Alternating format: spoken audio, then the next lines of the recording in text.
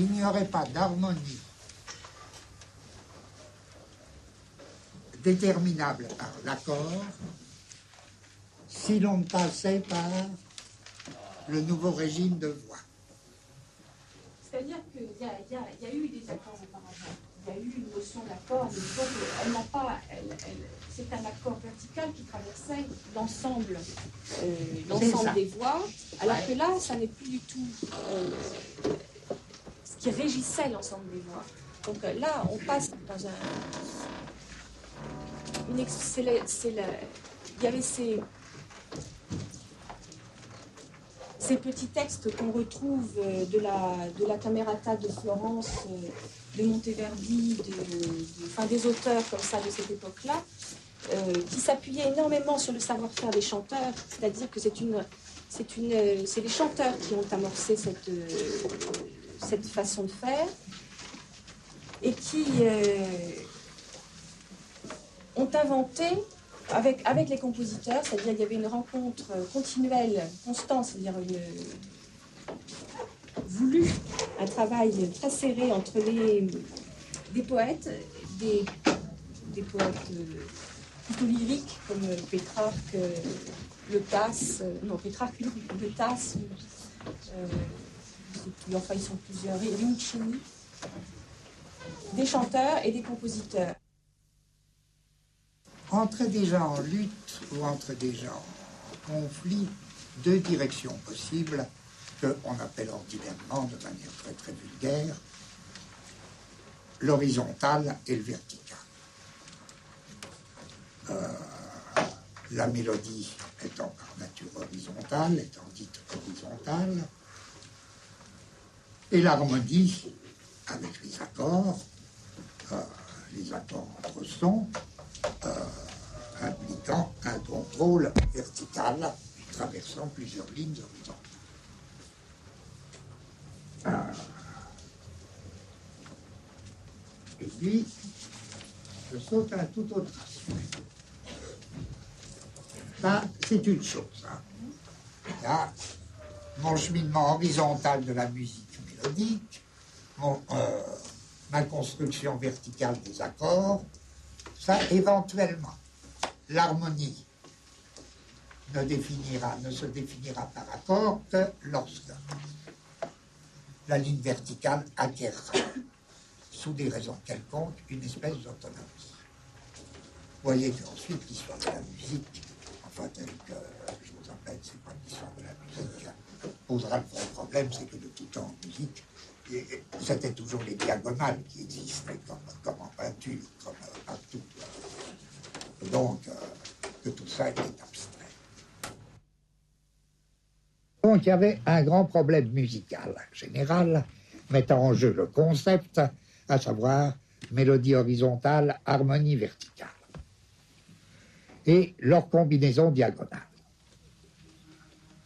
Et puis, il y avait un tout autre problème. C'est que la musique, ça a toujours été un agencement, une machinerie. Et que faire de la musique, c'est machiner des voix et des instruments. Des voix entre elles et des instruments entre eux, et des voix avec des instruments et des instruments avec des voix. Et que la machination instrument-voix, l'agencement voix-instrument a toujours eu des variations très très importantes. Et que, alors là, je reprends le premier thème de Pascal. Oui, dans le contrepoint, voix et instruments sont comme strictement, ce qui représente déjà des choses de génie. Vous comprenez, c'est pas du négatif.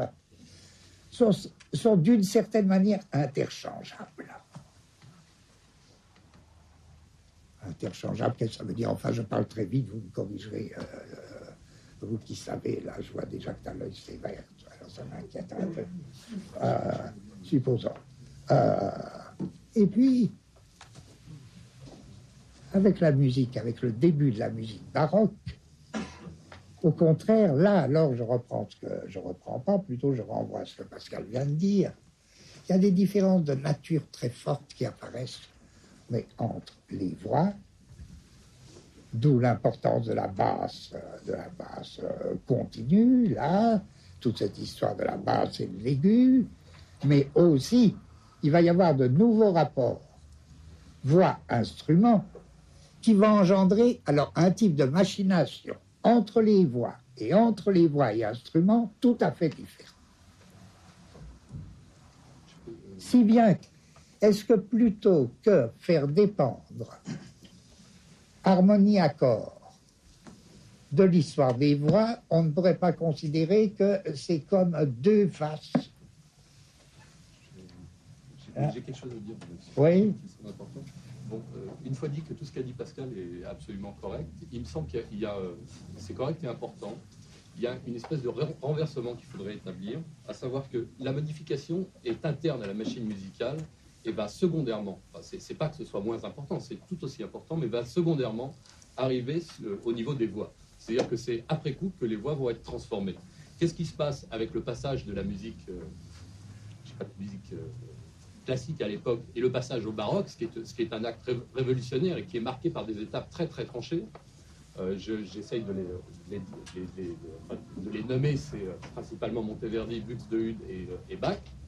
Une fois dit qu'on va assister à quelque chose qui va être de la musique des sphères qui arrive, c'est-à-dire une musique qui est vraiment celle de l'harmonie préétablie, l'harmonie universelle, et revendiquée comme telle par les musiciens. Ce qui fait qu'on a, ça c'est encore une parenthèse dans la parenthèse, on a un développement parallèle et continu de la musique au niveau de ce qui est de l'harmonie et de la philosophie au niveau de ce qui est de l'harmonie préétablie chez Leibniz. Alors qu'est-ce qui se passe avec la musique baroque? Une fois dit que ça va renvoyer à un développement des voix, mais en après-coup, on a d'abord l'établissement de consonances de base qui viennent effectivement remplacer les contrepoints mélodiques habituels. On a une dominante flottante au niveau de la tonalité, c'est-à-dire on a l'instauration d'une tonalité qui va passer d'une dominante flottante à une dominante fixe. On va avoir une espèce de modulation et une variation continue du tempo, comme l'a dit Pascal, et on va avoir un terme très important en musique, parce qu'on l'a vu la dernière fois avec Rameau, et puis je pense que c'est un terme qui a des résonances philosophiques extrêmement précises. On va avoir une inflexion majorisée. Ça, c'est en gros des points techniques qui viennent marquer la machine sonore elle-même. Or, le point le plus important au niveau de ce changement, qui est pratiquement une révolution au niveau musical, qui est entamé pleinement à partir de Monteverdi, et qui va bien sûr se répercuter au niveau du traitement des voix, mais qui est fondamentalement un changement dans la machine musicale elle-même. C'est-à-dire qu'on passe des intervalles à une suite d'accords et qu'on passe d'un monde qui serait presque un monde pré-baroque, qui serait incarné par, je sais pas, des philosophes comme Jacob Böhm ou Mersenne, à quelque chose qui est une continuité, à une espèce d'harmonie infinie. Un continuum infini qui est incarné aussi bien par Bach en musique que par... Alors je finis, ce qui est très très important, c'est qu'on arrive à des consonances de base. Et ces consonances de base vont devenir des véritables référents.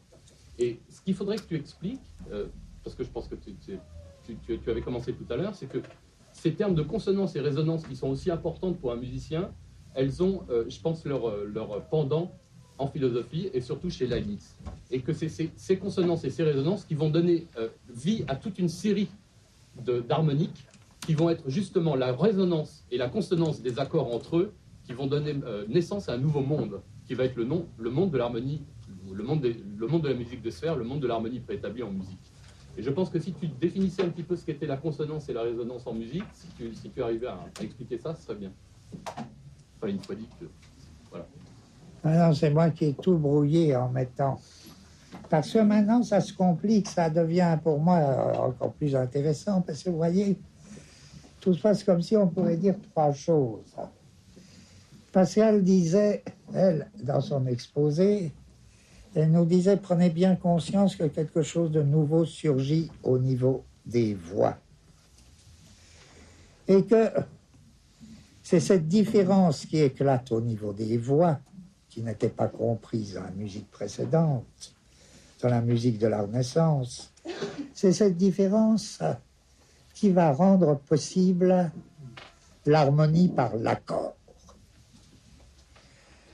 Moi, j'intervenais alors assez timidement en disant « ça m'arrangerait mieux », on pouvait toujours essayer, « ça m'arrangerait mieux que pour le moment, on tienne compte de ça comme de deux variables indépendantes.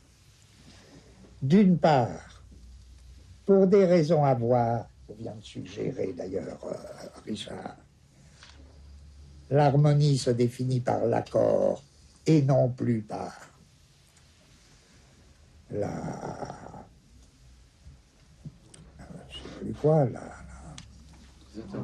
l'intervalle, et non plus par l'intervalle. Et d'autre part, la machinerie, voix, instrument. L'héritage de la musique écrite, de la musique savante, je ne vais pas dire qu'il n'existait pas d'instrument, ça serait de la folie de dire ça, mais l'écriture pour instrument n'existait pas. C'est ça. Hein? Donc on ne peut pas dire que la voix, ça vient après. C'est ça. Mais c'est ça qu'on absolument... peut considérer comme étant l'état d'une machinerie qui n'introduit aucune différence. Oui, ça absolument. Ça. Il y a un échange. Il y a un échange, mais l'échange est quand même, pendant tout le début du baroque, que moi je trouve très important. L'égalité. C'est oui. ce que tu appelais toi-même l'égalité. Oui. Mais il me semble que c'est très important de sentir ce qui se passe au début du baroque, puisque c'est là une rupture, c'est la rupture d'un monde.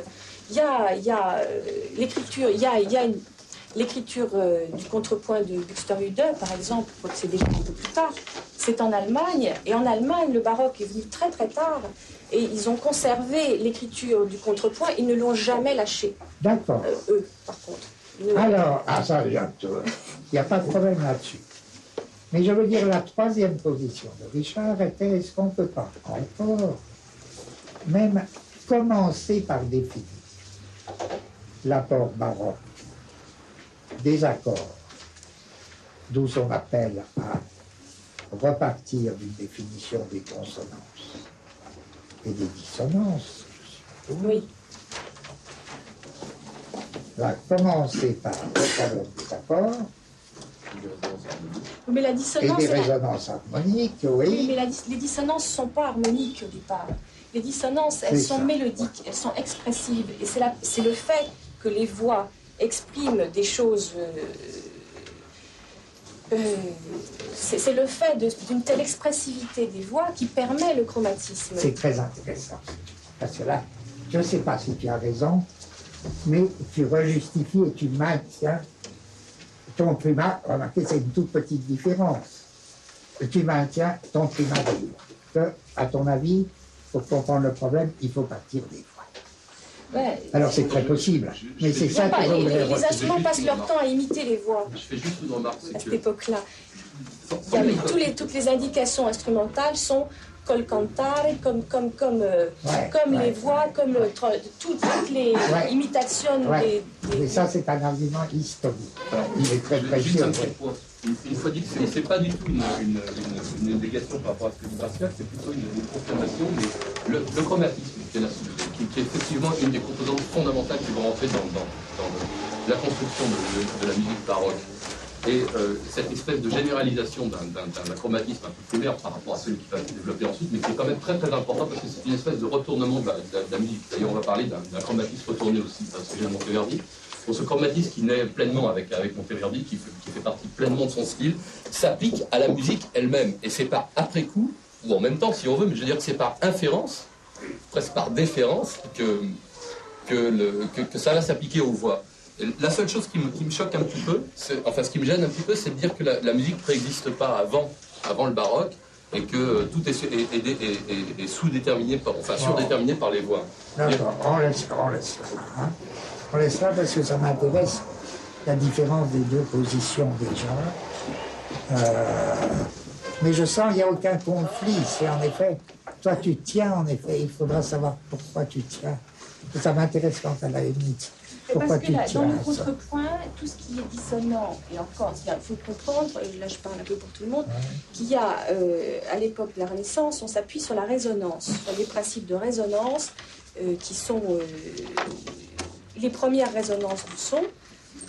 Et ce principe, il n'est pas... il est réglé...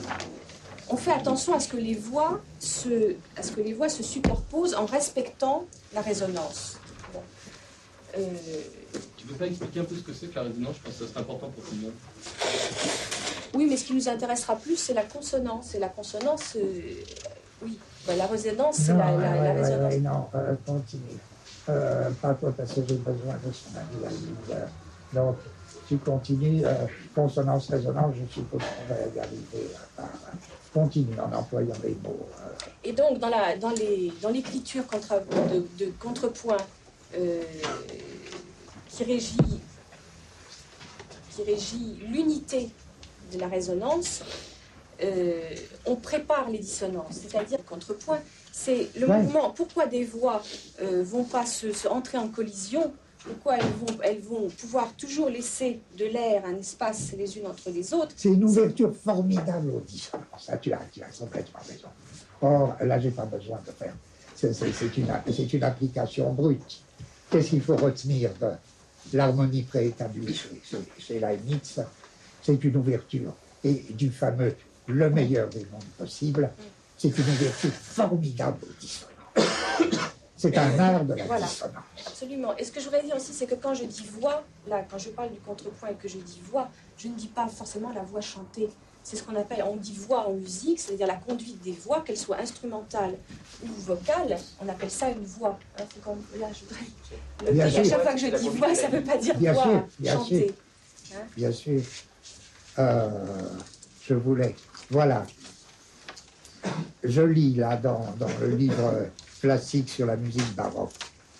Alors que l'harmonie par intervalles de la Renaissance n'admettait que les accords parfaits et les accords de sixte, les autres combinaisons étant fondées sur les retards, la polarité entre la basse et le soprano, là ça donne raison, ouvre la porte à de nouvelles possibilités harmoniques qui, pour les esprits conservateurs de cette époque, semblent le début du chaos. C'est-à-dire c'est les dissonances. C'est le monde des dissonances qui... Alors là, on voit un petit quelque chose avant que tu reviennes. Toi, comment tu prends la question par rapport à où on en est? Tu peux dire tout autrement que ce qu'on a dit à l'époque. Je suis fondamentalement d'accord avec Pascal. Bon. Donc j'ai peu de choses à ajouter.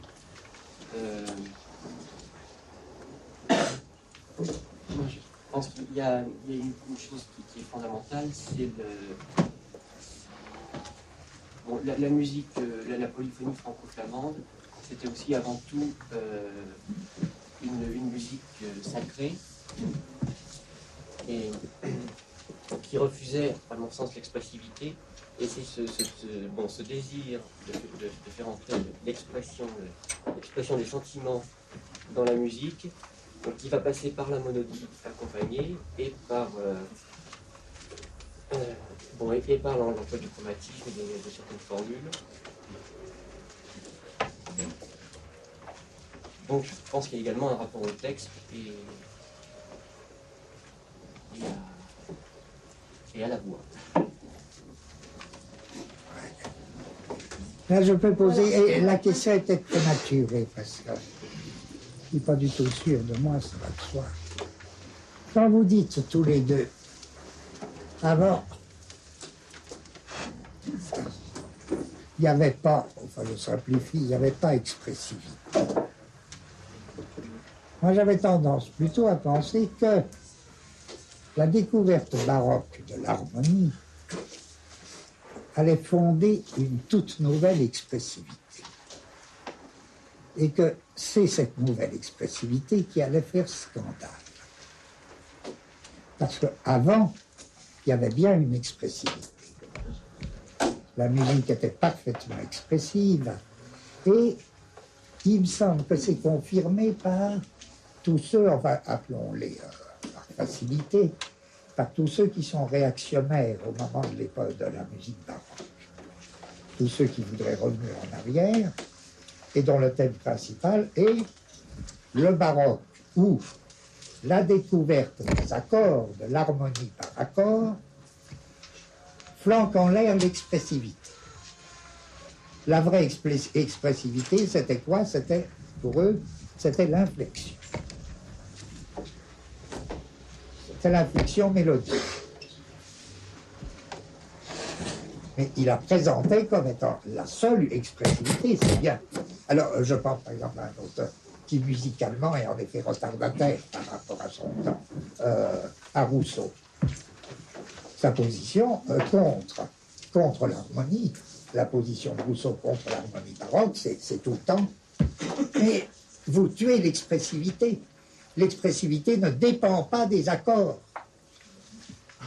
Ce qu'on reproche à la musique baroque, c'est beaucoup plus d'avoir, ça m'intéresse quant à Leibniz, c'est d'avoir prétendu faire dépendre l'expressivité des accords. Et on voit bien ce qu'ils veulent dire. Comment voulez-vous que de l'expressif sorte d'un accord de son? C'est pas ça? Non, je voudrais juste dire un mot. Attends, juste un petit mot.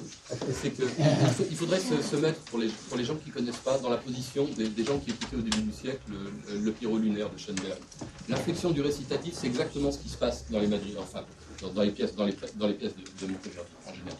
Ce qui se passe, c'est qu'il y a une espèce de torsion radicale qui est infligée d'une part au texte, d'autre part à la ligne mélodique majeure et aux lignes continues. Et cette inflexion, on l'a dans un autre registre, on a exactement la même chose avec l'apparition des pièces majeures de Schoenberg.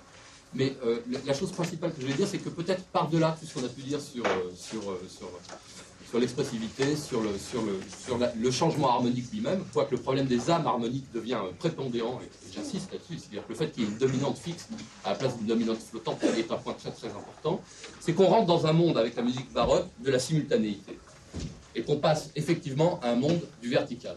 C'est-à-dire qu'on change complètement d'axe, et que la révolution, elle s'incarne là. Et là, on rejoint en résonance alors totale l'apport de Leibniz. Parce qu'il me semble que la philosophie de Leibniz, c'est l'ouverture, enfin c'est l'entrée dans un monde de la simultanéité. Voilà, de toute maintenant... façon, la dominante fixe et la polarisation existait, mais la dominante fixe, ça suppose une unité de l'échelle, et ça, c'est postérieur. Ça n'existe pas, l'échelle n'est pas encore unifiée au moment de Monteverdi. C'est très lent, il faut un ça siècle. prend pratiquement un siècle pour s'unifier. Bon, il y a des différences selon les pays. Par exemple, la fixation de l'échelle se fait beaucoup plus rapidement en Allemagne. Bach est dans une échelle totalement unifiée, y compris en mineur, avec ses transformes de mineur, qui peut éventuellement superposer. Mais alors qu'à la même époque en France, le mode mineur n'est pas encore, il est encore fluctuant. Il n'est pas encore totalement unifié. Mais moi j'aurais même tendance à dire que pour les personnes comme Monteverdi, ils ne recherchaient pas cette unification parce que ça leur permettait justement de jouer sur l'ambiguïté, de jouer sur les deux tableaux. Sûrement. Bon, et c'est ce qu'on peut très bien entendre. Bon, il y a une œuvre qui pour moi est relativement importante, c'est l'Orfeo de Monteverdi, parce qu'on a on a cette différence radicale entre les scènes pastorales, donc qui ne sont pas tonales, mais où on a déjà un rapport cadenciel qui s'instaure, donc un rapport dominant-tonique, qui s'oppose à toutes les parties, entre tous les récitatifs de la Messagère ou d'Orfeo, qui sont eux beaucoup plus, c'est des musiques beaucoup plus modales et qui s'opposent. Et ça leur permet de jouer sur l'ambiguïté, d'avoir d'un côté quelque chose qui à mon avis vient de la musique de danse, qui est carrée, qui est la musique pastorale, et d'avoir à côté cette espèce d'errance qui leur permet donc d'exprimer et d'opposer les deux sentiments. Ça, je te suis complètement. Mais à mon avis, nous n'avons aucun problème à cet égard. Oui. Si tu veux dire de telles mutations se font sur de larges périodes de temps, c'est vrai non seulement pour la musique, mais pour la philosophie. Je dirais par exemple, on ne peut pas dire avec Leibniz, il y a ceci qui se passe. Il joue encore, il y a tels éléments de cartésianisme qui subsistent, il y a tels éléments de renaissance qui subsistent, il joue avec tout ça. Ce que tu dis d'un musicien est vrai également d'un philosophe, est vrai également d'un peintre, est vrai... ça n'empêche pas, à mon avis, ça n'empêche pas ce qu'on pourrait appeler les rigueurs du concept. Le concept ne disant pas, à partir de tel moment, il y a ceci, mais le concept précisément faisant valoir les germes de nouveautés qui travaillent encore dans l'ancien, comment ils vont se précipiter, se décaler, etc. Donc là, bien sûr, il faut rajouter tous ces indices de temps que tu dis. C'est important aussi ces temps parce que ce que ce qui démarre avec la bipolarité de la basse et de la mélodie, c'est de nouveaux rapports, c'est-à-dire qu'il y a des forces, des nouvelles forces qui entrent en jeu, et que ces forces, elles sont peu à peu les accords, alors qu'ils étaient plaqués pour soutenir le jeu instrumental ou le jeu vocal, il devient peu à peu fonctionnel dans ce nouveau rapport qui est celui de forme alternée, de forme opposée, de dialogue, de réponse de groupe à groupe, d'étages qui communiquent les uns entre les autres. Ouais. Et que c'est ainsi que les accords, peu à peu, ont des rapports de tension entre eux, des rapports de force.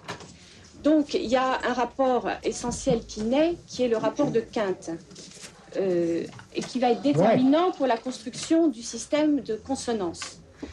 La quinte est un... Quand on fait résonner un son, on a donc la série des harmoniques, qui est... comment dire, l'harmonique le plus fort, c'est l'harmonique qui revient le plus souvent et qui est le facteur le plus déterminant pour l'identité d'un son. Alors, pardon, est-ce que tu peux prendre très rapidement, juste pour donner une idée générale à tout le monde, toute cette liste accords. Il y a un accord dans le son. Dominante. Oui. Non, tonique. Quel serait l'ordre il faut comprendre que le son est un accord en lui-même. Le son est un accord. On construit les gammes en couchant l'accord qui est la résonance, qui est dans la résonance du son. Voilà, bon.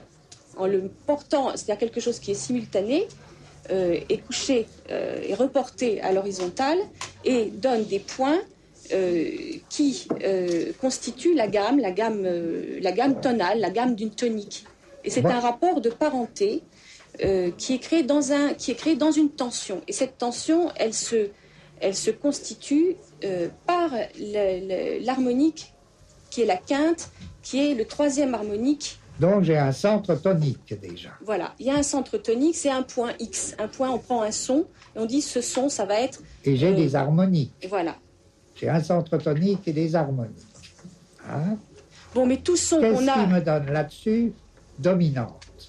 La dominante, c'est le fait que lorsqu'on entend un son, on ne suppose pas qu'il vient du néant. On suppose qu'il vient d'un état résonnant, que donc il procède d'un autre son. Ouais. On ne donne pas un do, un ré, un mi comme ça a priori. Il est généré par quelque chose d'autre. Sous-dominante. Attends, non, c'est pas ça. Il est généré par le fait que dans un son, le premier harmonique, c'est l'harmonique qui redouble ce son.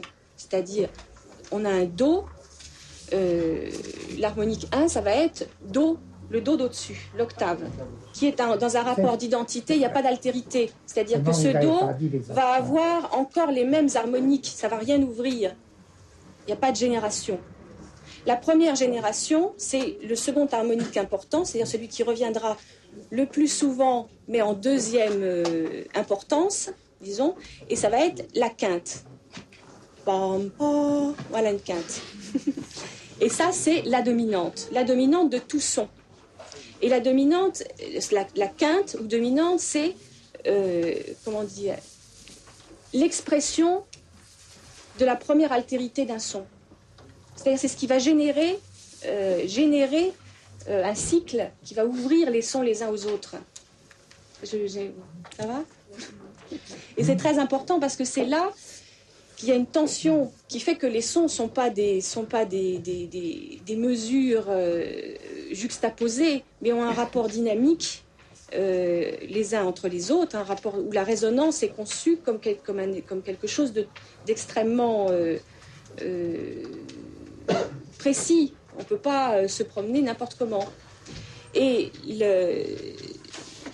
la façon dont les premiers accords du baroque agissaient n'était pas encore tendue, n'était pas encore dynamique.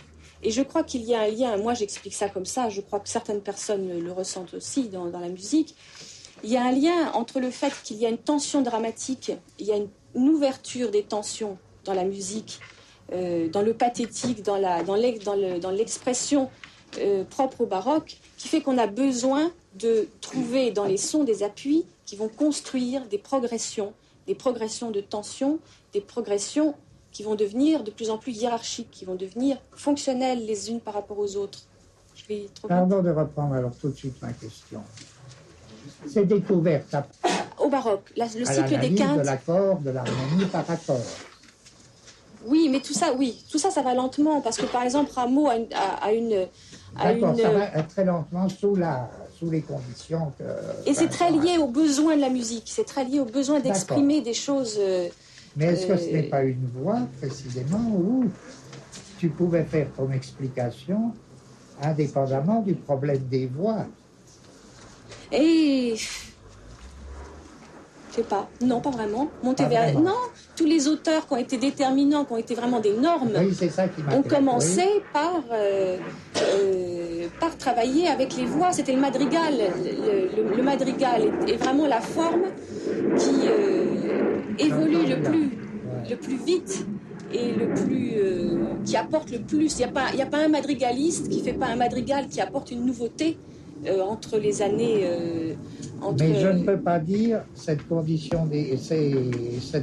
des voix était une condition pour cette nouvelle organisation de l'harmonie par accord. Cette conduite des voix était une condition? Était une simple condition pour la découverte de cette harmonie par accord et des déterminations de cette harmonie par accord. Bach utilise il relance ses voix en parcourant par quinte tous les degrés diatoniques. Oui. Il y a cette notion de cycle et cette notion de graduation, de passer d'étagement de grade. Oui, moi je voudrais juste, je fais un point très très rapide là, c'est qu'on se rend compte, ceux qui pensent à la NX ici déjà se rendent compte du petit qu'on a gagné.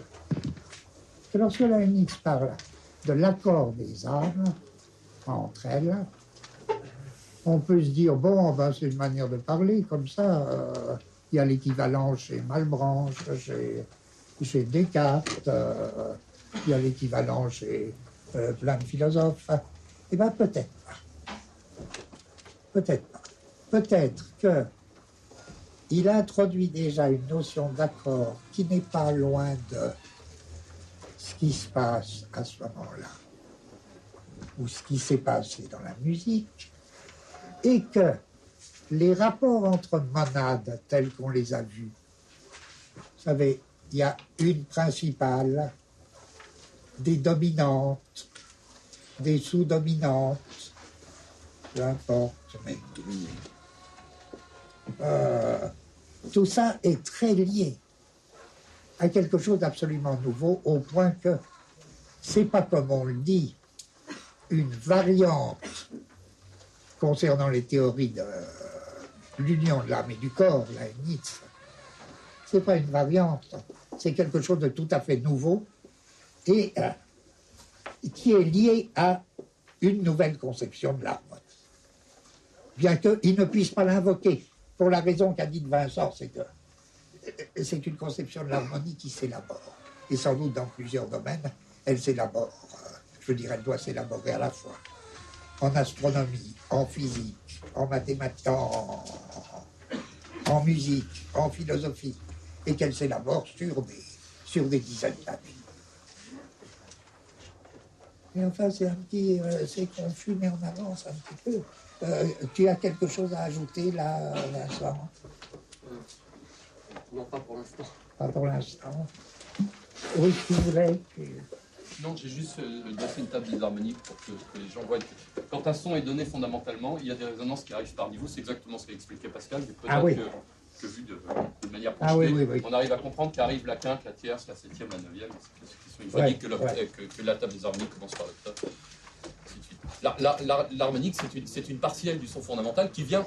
Les termes sont très importants, hein, parce que la notion d'harmonie qui pour nous est fondamentale chez Leibniz est fondamentale aussi en musique, et notamment à cette période, parce qu'il y a véritablement, comme tu le disais tout à l'heure, Pascal, une zone de fusion qui arrive entre le vertical et l'horizontal. Et c'est cette zone de fusion dans laquelle va naître le baroque.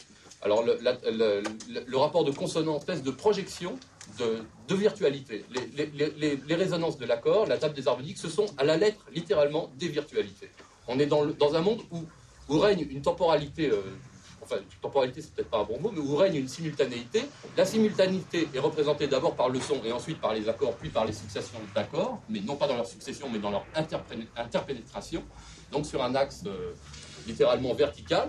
Et il va y avoir, en dessous des sons fondamentaux, enfin, en dessous des consonances fondamentales, il va y avoir une profusion, une prolifération de consonances virtuelles qui sont actualisées selon les modes d'écoute et selon les modes d'effectuation du compositeur. Et ce sont ces virtualités qu'on retrouve dans le domaine de la philosophie, et notamment, je dirais, des virtualités inconscientes, ou presque inconscientes, qui vont être actualisées par le compositeur et qui vont former le nouveau système des consonances. Mais ça ne vient pas du tout en opposition avec ce que dit Pascal. C'est la même chose. Non, on retombe, parfait. Pascal et Vincent, ils en étaient là, il me semble, à la question des consonances. Et voilà. Cette ligne de basse, au lieu d'être attentive à l'expressivité des voix mélodiques, instrumentales ou vocales, devient constructive d'un univers harmonique. C'est-à-dire que le rapport s'inverse. C'est-à-dire au milieu fin baroque, Répète. le rapport... Ce qui s'inverse, oui. Ce qui s'inverse, c'est que la basse devient harmonique à un point tel, c'est-à-dire ce dont on vient de parler, c'est-à-dire ce que contiennent les accords, devient ce qui va organiser un nouveau contrepoint. C'est-à-dire que le contrepoint se réinstalle, revient, mais il est organisé dans un plan qui est de plus en plus architectural par cette tension qui s'est créée, qui a créé vraiment une architecture, une architectonique des points de rapport, de tension à l'intérieur des vibrations des sons. Je m'explique. Ça va ? Je dirais ça aussi. Et donc, par exemple, ce qu'on appelle la basse, ensuite on appelle la basse modulante ou la basse ostinato, est une basse qui va donner tous les points par lesquels une composition musicale va évoluer, et qui va même qui peut donner la forme générale d'une composition, même très grande, comme les cantates de Bach, les passions. C'est pas seulement la ligne de basse, va pas être seulement le local. Elle va pas avoir une action locale, alors qu'au début du baroque, elle a une action très très locale. Elle avance par points, par touches, elle soutient à certains endroits, et le reste du temps, elle attend. Alors que là, 50 ans plus tard, elle attend plus du tout. Ouais. Il va s'instaurer ce qu'on va appeler un rythme harmonique. Voilà. C'est ça. C'est-à-dire que l'harmonie oui. va avoir son rythme propre, qui sera relativement indépendant du rythme des voix, donc au sens ligne, et qu'une harmonie peut avoir son propre rythme, qui est également indépendant du rythme de sa base, parce que par le jeu des renversements, on peut rester sur un même accord alors que la basse a un certain rythme. On va voir le rythme de l'harmonie qui va s'établir. Et le rythme, ce rythme d'harmonie qui s'est accéléré, qui s'est densifié, je crois, on explique que c'est dans les circonstances où l'action dramatique devait être de plus en plus soutenue. Ça c'est c'est ce que les musiciens s'expliquent, que la basse a dû construire des chemins, a dû construire des fonctions de plus en plus précises, de plus en plus complexes. C'est ça qu'il y a quand même un rapport aux voix qui, dans tout le début du baroque, je ne sais pas on peut pas l'oblitérer.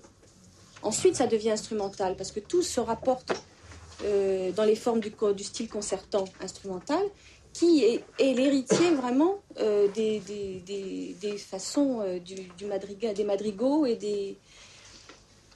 C'est difficile de pas penser aux voix au début du baroque. Tu reviens. Oui, non, parce que j'ai... Peut-être qu'il y a- Et puis après, on oublie. Mais, il y a peut-être, on pourrait peut-être dire, et je pense que la formule conviendrait à beaucoup de gens, que les voix, tout en étant très importantes, sont comme pliées. Et là, mais c'est le terme qu'on emploie en musique. Hein.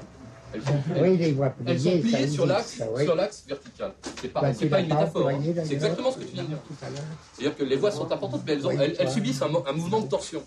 Ça, c'est la première chose. La deuxième chose importante dans le passage au baroque, c'est juste une remarque comme ça, c'est que, comme tu l'as dit tout à l'heure, il y a la cadence harmonique qui arrive. Et qu'est-ce que ça veut dire ça? C'est littéralement ce qu'on appelle avec des termes modernes, mais quelque part ça correspond bien aussi à la philosophie de Leibniz, une mise en variation continue du tempo. Et ça fait partie, à proprement parler, du matériau musical lui-même. Bon, le terme de matériau est un terme récent, est un terme relativement moderne, mais ça veut dire que ça fait partie du travail de la matière sonore. C'est Leibnizien, il y a une continuité. Oui, Voilà. il y a une continuité. Donc on a une réorganisation du matériau qui passe aussi par les cadences harmoniques. Et ça, Ça, la très basse important. continue, l'équivalent chez Leibniz, j'ai pas besoin. Alors, c'est des points qu'on n'a pas développés, mais elle a un rôle fondamental, puisque elle est même une loi. C'est une loi, et c'est une loi de l'harmonie, de la continuité. Oui. Oui. Non, mais très bien. Ouais. Moi, je suis déjà satisfait. Alors, qu'est-ce que... Je sais pas, peut-être que Pascal peut nous expliquer un petit peu ce qui se passe au niveau du matériau, dans ce changement du matériau sonore lui-même. Quand par exemple l'apparition des orchestrations, d'un certain type d'orchestration, on s'aperçoit que, bon, moi je donne juste une indication, c'est que il va y avoir un phénomène très moderne comme la stéréophonie, c'est-à-dire la répartition bipolaire des instruments. Autrement dit, je prends un exemple, au lieu qu'il y ait un orgue au milieu ou un orgue à droite, il va y avoir un orgue à gauche et un orgue à droite, et donc une écriture faite pour ça. Pareil pour d'autres instruments. Alors donc tout un tas de choses qui touchent aux matériaux, qui sont, alors Pascal a raison d'insister, c'est que la transformation de la musique classique de l'époque en musique baroque, elle se fait sur un siècle et demi, et que, bon, mais ça c'est pareil en philosophie, c'est pareil. Je veux dire, tout ce type de mutation se fait sur un assez long temps. Donc l'écriture prend beaucoup de périodes successives. Et je pense que tu pourrais peut-être dire quelque chose de l'organisation de ce matériau, une fois dit que je pense qu'elle est fondamentale, et qu'elle est fondamentale dans le développement de cette continuité, de cette simultanéité, quoi, qui prend des sens. C'est Enfin, dès le début de la musique concertante, de la musique instrumentale de Venise, c'est surtout à Venise, il y a d'abord l'école vénitienne, puis l'école bolognaise, puis l'école française, puis l'école allemande. Mais tout ça, c'est des générations qui se suivent. Et ce qui s'amorce, c'est effectivement des groupes d'instruments qui représentent c'est des timbres, c'est vraiment des groupes de timbres. Et ce qui est important, c'est du fait qu'ils sont différenciés, il y a des groupes de cordes opposés à des groupes d'instruments à vent, avec des continuos, chacun a sa basse continue. Et c'est une organisation formelle qui est vraiment le début de tout le... Enfin, c'est le principe de la variation. La variation dans l'orchestration. C'est là que naît la musique instrumentale qui va donner l'orchestre. C'est la naissance de l'orchestre.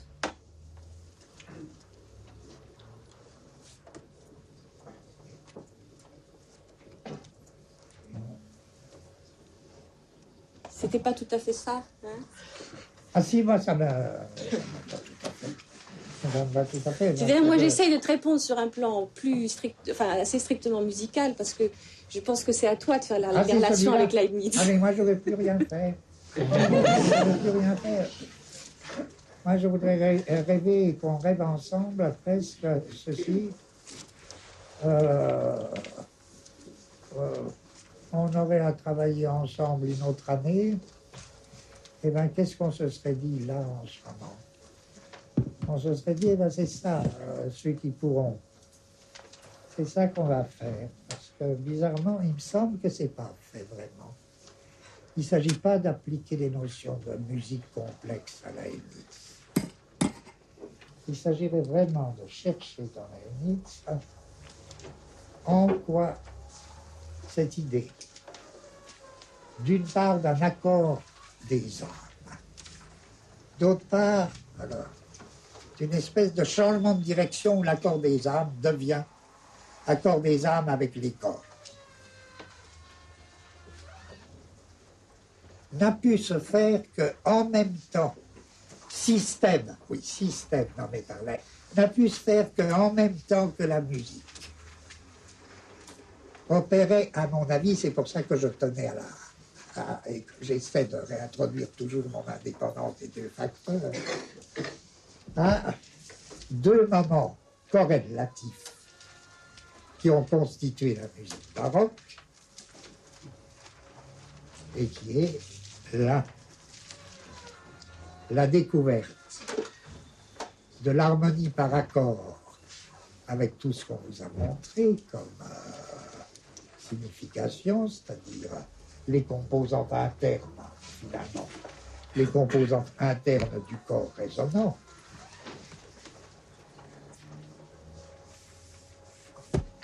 Et d'autre part, s'enclin l'autre aspect strictement complémentaire, une nouvelle machination des voix et des instruments, ou si vous préférez philosophiquement alors, une nouvelle machination des voix et des âmes et des corps. Ce qui voudrait dire quoi? Ce qui voudrait dire, c'est dans la mesure où chacun suit ses propres lois qu'il entre en accord avec l'autre. Si vous voulez, c'est l'idée d'une autonomie des deux séries qui va fonder la correspondance ou ce que Leibniz appelle le consentement. Et ce serait à partir de toute cette presque faire rendre à Leibniz ce sonore absolument. Il y a un dernier point enfin, Ouais. qui me paraît très très important. C'est en rapport avec deux notions musicales récentes, mais qui ont une totale résonance, je dirais même consonance avec la philosophie de Leibniz. Ce sont d'une part le synthétiseur, qui est une expression de monade, ou la monade. Je dirais qu'à la lettre, c'est la monade synthétiseur, c'est l'actualisation existante du monde, de toutes ses virtualités. Et d'autre part, un autre terme qui est un appareil, c'est-à-dire une machine technique, qui s'appelle un harmoniseur. Et c'est un appareil très très important. Pourquoi? C'est un appareil qui existe depuis une dizaine d'années maintenant et que Boulez utilise dans cette dernière création depuis 4 ou 5 ans. J'aimerais bien faire un petit schéma pour expliquer comment ça fonctionne parce que ça met à jour les virtualités du monde musical qui sont déjà présentes complètement dans la musique baroque et qui montrent comment les mondes différents qui sont incarnés par ces virtualités que sont les consonances, par ces véritables pluralités, par ces millions d'âmes harmoniques que sont les résonances, les harmoniques elles-mêmes, il va y avoir une espèce de prise en charge, d'actualisation de certaines hauteurs, de certaines partielles harmoniques, et que ça va créer un monde technique très bon, j'ai pas le terme exact, mais je dirais très modulé, quoi. Et est-ce que je peux faire un petit dessin pour montrer comment ça marche? Mais certainement, certainement. De la clé. Voilà, j'explique. Ça s'appelle vraiment un harmoniseur. Oui, un harmoniseur. Un dessin simplifié, Alors, parce qu'il est complexe. C'est à partir du moment où on a émis une note, alors quelle qu'elle soit, ou un accord. On va faire un accord. On va mettre une note, un accord. Il va y avoir d'abord un jeu temporel sur cet accord. C'est-à-dire que cet accord va être décalé, mais d'une fraction de seconde, à la limite non saisissable par l'oreille. D'ailleurs, c'est en centième de seconde ou en millième de seconde. Et un harmoniseur, généralement, ça travaille avec 2 voix ou plus que 2 voix. C'est donc pas quelque chose qui est duel.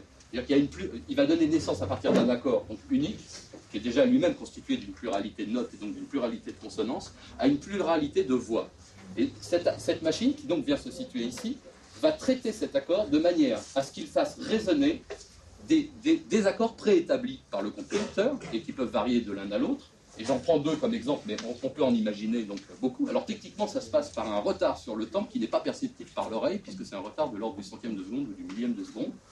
En millisecondes, là, ça se calcule, ça s'appelle un délai.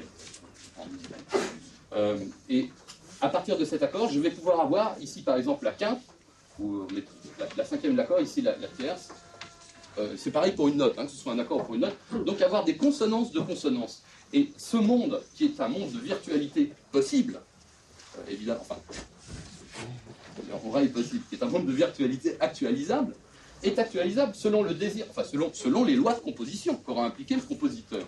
Et donc ce sont, en soi, ce sont des mais qui vont pouvoir être actualisés à tel ou tel moment, de manière à venir résonner, soit entre eux ici, donc sur un plan qui était virtuel, mais qui passe à l'actualité par la mise en marche de la machine et par le désir de composition du compositeur, ou qui va venir résonner l'un avec la consonance de base ou avec l'accord de base, ou les trois en même temps, ou on peut imaginer une dizaine de sons, ou voire une centaine de sons déjà complexes eux-mêmes, résonnant simultanément dans une espèce de monde, d'un monde continu, quoi, du monde de la composition et de l'harmonie préétablie. Et c'est comme si on avait une réponse aujourd'hui technique aux grandes lois enfin aux grandes lois, entre guillemets. Au jeu. Voilà. Oui, parce que je vous disais un jour, vous comprenez, dire que Dieu a fait le monde en jouant, c'est une idée très intéressante qui parcourt toute la philosophie et qui commence très tôt. Mais l'important, c'est savoir quel est le mode de jeu. L'idée peut signifier, c'est même pas une idée tant qu'on n'a pas dit de quel jeu il s'agissait. Or, on a vu trop brièvement, parce que là aussi, dans une reprise d'une autre étude, il faudrait étudier de très très près ce que Leibniz présente comme le jeu de Dieu quand il crée le monde. Et on a vu, le peu qu'on a vu, c'était extrêmement complexe, que c'était un type de jeu qui n'était pas du tout le même que le jeu d'Héraclite ou que le jeu de Mallarmé, que c'était un type de jeu très très spécial. Là, ce qui est intéressant, c'est que le jeu de l'harmoniseur, c'est un type de jeu, je ne veux pas dire du tout que ce soit celui de Leibniz, mais qui est pas très, qui est de la même famille, hein, qui est tout à fait de la même famille. Écoutez, moi, je souhaite que ça se termine comme ça. Ce que je voudrais vous dire, c'est deux choses. Hein. La semaine prochaine, comme je l'ai déjà dit, mais j'y tiens parce que sinon il y en a plein d'entre vous, alors écoutez-moi bien, qui seront dans l'ennui. Mardi prochain, je reviens, mais uniquement pour voir les premiers cycles, deuxième cycle ou troisième cycle, en fonction de leurs travaux personnels et qui ont des problèmes et des choses à me faire signer. Donc je serai à leur disposition mardi, ça n'oubliez pas. Et on règle mardi tous vos problèmes. Hein, premier, deuxième ou troisième cycle. Alors faites-le, venez. Et sinon, j'ai dit que vous pouviez me téléphoner si vous ne pouviez pas venir, si vous aviez un problème d'urgence. C'est très important que votre situation administrative soit au point. Donc, on se donne rendez-vous mardi prochain vers 10h à cet égard. Sinon, l'autre chose, elle est très simple. Moi, je trouve que l'année que nous avons faite a été encore une année riche, et je dis sans aucunement flatterie de votre part que ça a été en très grande partie grâce à vous. Et enfin, je remercie très très vivement ceux qui sont intervenus dans cette histoire de musique, dont j'aime bien qu'elle nous laisse au besoin des impressions confuses, mais je crois que, en tout cas pour moi, elle me donne des points de départ de travail que je n'aurais pas eu sans cette séance. Voilà. Merci beaucoup.